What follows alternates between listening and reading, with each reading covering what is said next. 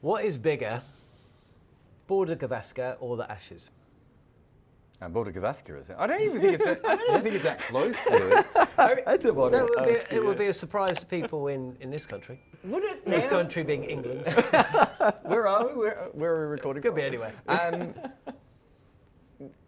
Almost Well, everything. okay, if you There if are you were to ask 1.4 billion people in those other two countries. Well, in that case, anything's bigger. Well, but that is kind of the truth, though, isn't it? Then it is bigger at that point. There's also, If you were to stop it matters more to India. 100 Australians in the street and said, what would you rather do? Would you go and rather win the Ashes in England, or would you rather win the Border-Gavaskar in India? What do you think? But just let me also breakdown be? put a different twist to it. It's also, with Ashes comes a lot of history.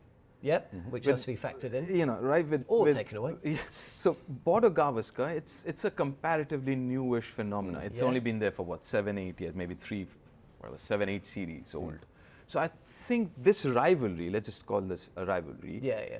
Ashes as a rivalry is a lot older, a lot historical. They're, lot more nostalgic as compared to this particular rivalry, which is comparatively new. I mean, we're talking about a decade, maybe till 2015.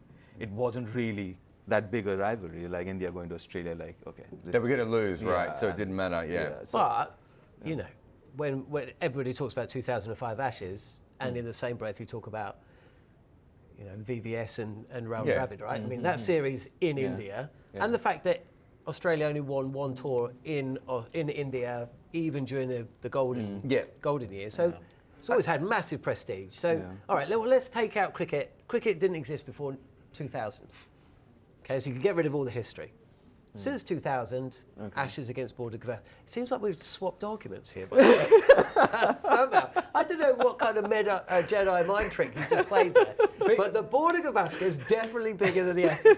I think if you look at it from the Australian perspective, and someone in the comments... those 100 Australians I asked in the street that you just stopped. I think, let's say we did it in the year 2000, it would be like 97% would have said that they wanted to win the Ashes rather than India or Australia. Yeah, but I would almost disagree with that because you'd been doing it for so long. You'd probably get... No. It was like you used to get a ticker tape parade when you won in England, and then they were like, oh, can we make it 3 tests? This is really boring.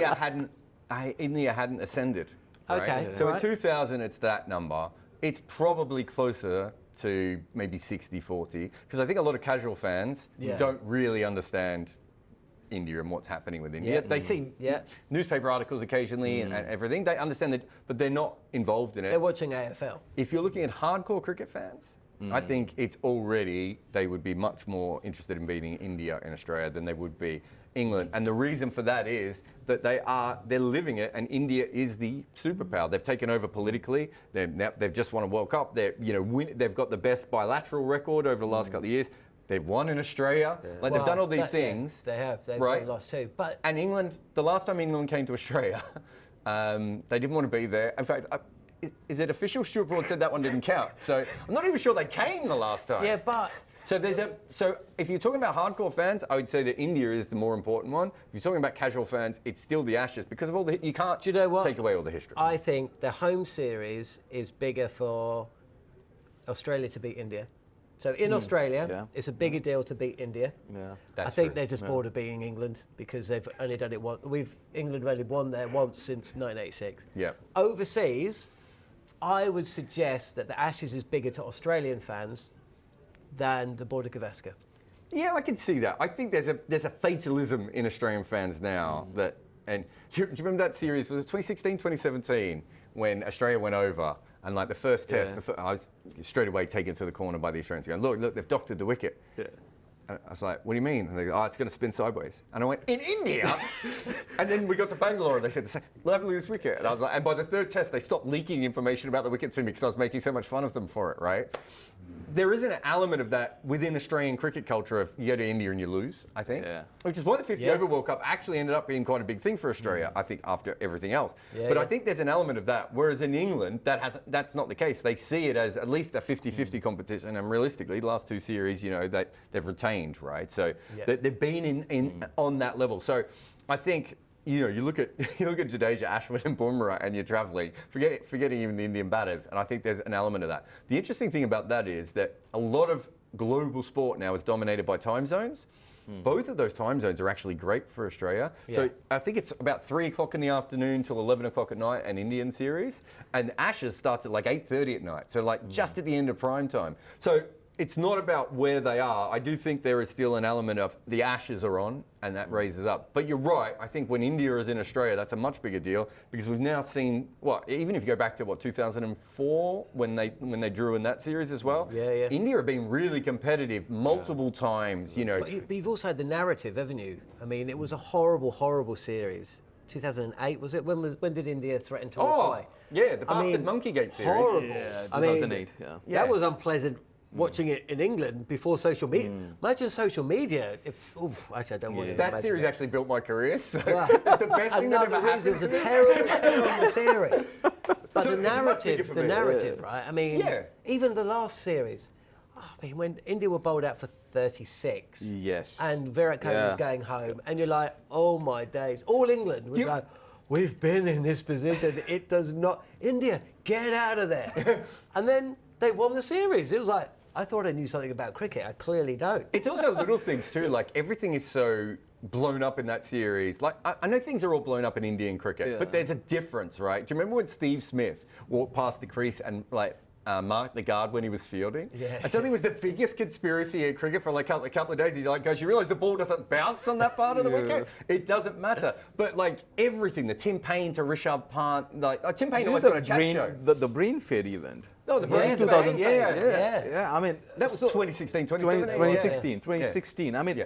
so I don't know, because there's so much of scrutiny and spotlight on that series, every little thing, somebody picks it up, and especially this day and age, and it becomes a story, it becomes something. And over the years as well, I mean, while obviously England has been one of the teams that you want to beat over the years, but Australia again has been one of those teams. And predominantly because of the fact that Australia dominated from right through 90s and early 2000s and maybe most of 2000s as well. So there's always been this thing of you got to beat Australia. Because, and especially for our generation growing up as well, looking at that Australian side as, and like, wow, Australia, the way they dominate, I'm sure it would be for generation before us would be the West Indian side. Beating West Indies in West Indies would have been the biggest thing or whatever. So I think all those things put together, and Australia also, I mean, Australian team over the years has been on your face and aggressive and stuff like that, and they've always got things to say, and those things also, all those things add up. Also, there's a cricket culture thing. Very good. Also, I think that's a very, very good answer. Actually, India are now the standard. Yeah. They are. They set the standard, and they're the team to beat. And of course, Australia have always traditionally, for our 30 years, have been that. So, but you look at also the history of Indian cricket, and you go back, and this is a thing that is passed down from generation to generation, which was Indians were afraid of fast bowling, right? And so when they would come over to England, Fred Truman would embarrass them, and they'd step to square leg, and that was the whole thing. Virat Kohli smashing the ball everywhere, Sachin Tendulkar smashing the ball, Sehwag at the MCG, all these different, Dravid innings and VVS innings and everything else. You're now putting Shubman Gill and Rishabh Pant in that chase in that Gabba test, all these sorts of innings together.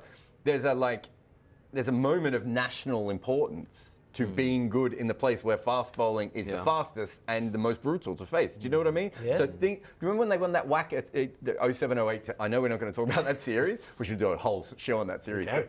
The 07-08 series, Australia were telling everyone that they were just going to bomb India at the Wacker. And then hilariously, they put them on the flattest, slowest wicket of all time. But Indian fans didn't care about that. They won at the Wacker. But that narrative is exactly what Tim Payne was saying to Ravichandran Ashwin, isn't it? Wait till you get to the Wacker. Which is exactly the same. So it hasn't actually changed at all, has it? It's it exactly hasn't. the same. But is it really, that is such an important place to beat Australia if you're Anybody. India or Pakistan specifically, or Sri Lanka, if they don't play at the Wacker all that much. But I remember seeing Afghanistan train at the Wacker. First day, turned up to the Wacker, and remember when they had all those fast bowlers, and their batters went out to the nets, and they just went, "What the hell is this?"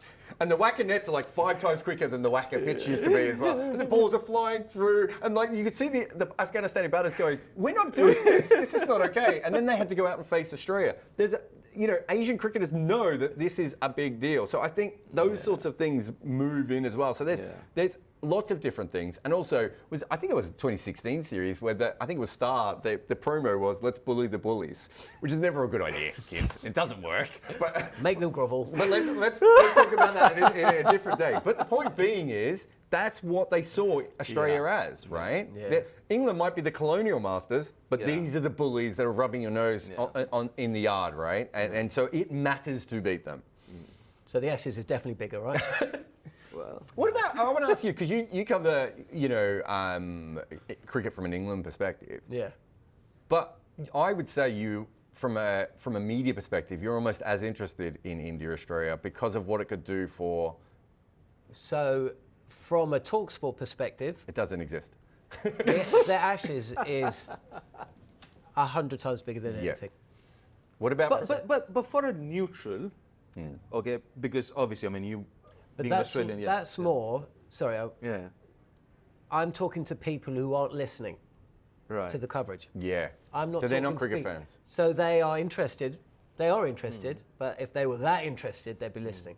So when I go out and talk sport, I'm pitching it towards people who want to know the score and what's going on, but aren't necessarily going to invest 8 hours of their day into it. Yeah. So from that perspective, that's why baseball has been revelatory in some regards, because it has attracted a completely new audience. So it has to be celebrated for that fact. But also I am aware that the Ashes is the biggest story in town in a way that India next year won't be. Well, let's put it this way. This is the best thing, these two rivalries are the best thing that has happened to Test match cricket of late. Yeah. Yeah. I mean, no matter who you are, or whether you are part of any of the teams playing or not, you would want to watch it. Oh, Test match absolutely. cricket can't get better. Test match cricket can't get better than these. Yeah. Well, let's Absolutely. take it to a step further, because it's really interesting, because international cricket is struggling, right? Yeah. Yeah. The third best rivalry, if you take away India and Australia and England, Yeah. the best rivalry in cricket is Bangladesh, Sri Lanka, right? Because they hate each other. Yeah. And it's fantastic to watch two teams just absolutely hate each other playing against each other. But no general cricket fans ever talk about that. Bangladesh fans talk about it, and Sri Lankan fans can't stop talking about it, right? And so at the moment, even when we get other rivalries, like I couldn't tell you what the biggest issue in New Zealand, West Indies cricket history is probably that series in 1979 that New Zealand won, right? Yeah. And yet those are two really important test nations. So if you can get any rivalries, I think it's really important. And then if you add the markets in, I think it just... Oh, totally. ramps it I up. mean, Australia, South Africa have always had a specific kind of rivalry as well. Certainly, Shane Warne used to describe that as the toughest cricket he's ever played in, right? So forget India and England, playing Australia, playing South Africa, that's waned, but Sandpapergate did its best to bring it back.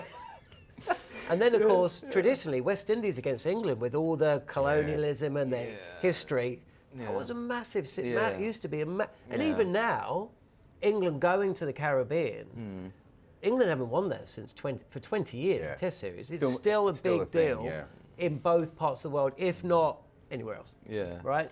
But there's a lot of discourse about India. We can talk about this later.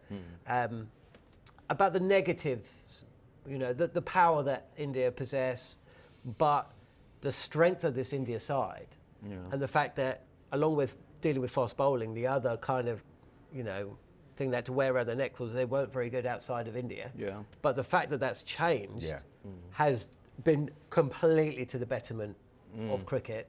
True. Winning the last two series in Australia is ridiculous. And of course, they've been very strong. They should have won here if they hadn't left Manchester. They basically... if they you were should- they sure would have won abroad, it, you would right? say they won that series, wouldn't you? That series didn't happen. The first 4 tests didn't happen. It's just the last test. On AM, on DAB, via the talkSPORT app and on your smart speaker. talkSPORT.